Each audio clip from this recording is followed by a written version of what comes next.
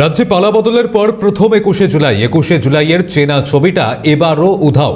বাঁকুড়া স্টেশনে নেই তৃণমূল কর্মী সমর্থকদের সেই চেনা ভিড়।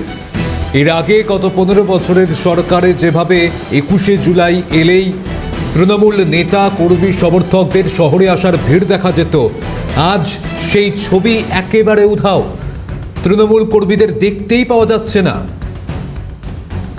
রাজ্যে পালাবদলের পর এই প্রথম 21শে জুলাই হচ্ছে, কিন্তু তৃণমূল কর্মী সমর্থকদের কোনো লক্ষ্য করা যাচ্ছে না। আমাদের প্রতিনিধি স্বরূপ রায় সেই ছবি তুলে ধরেছিলেন, দেখুন।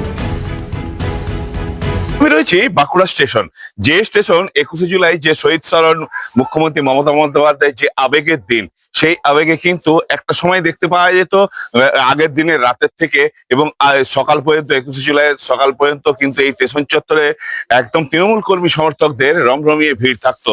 বর্তমানে আজ সেখানে দাঁড়িয়ে দেখতে পাওয়া যাচ্ছে 21শে জুলাই, সেই 21শে জুলাই কোথাও কি ফিকে হয়ে গেছে, কারণ কোথাও কিন্তু একটিও তৃণমূলের পতাকা নেই, নেই কোনো মমতা বন্দ্যোপাধ্যায়ের ছবি, নেই কোনো একটিও যাত্রী যাওয়ার জন্য।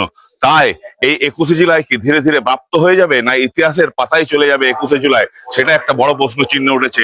যে 21শে জুলাই নিয়ে মুখ্যমন্ত্রী মমতা বন্দ্যোপাধ্যায়ের এই লক্ষ লক্ষ লোক আবেগে চলে যেত, আজ কিন্তু সেখানে একদম ফিকে বললেই চলে। বাঁকুড়া জেলাতে কোথাও দেখতে পাওয়া যায়নি সেইভাবে 21শে জুলাই না ঋত তৃণমূল, না মমতা তৃণমূল, কোনো তৃণমূলেরই কিন্তু লোকজন কেউ এক নজরে পড়ছে না কোনো জায়গাতেই।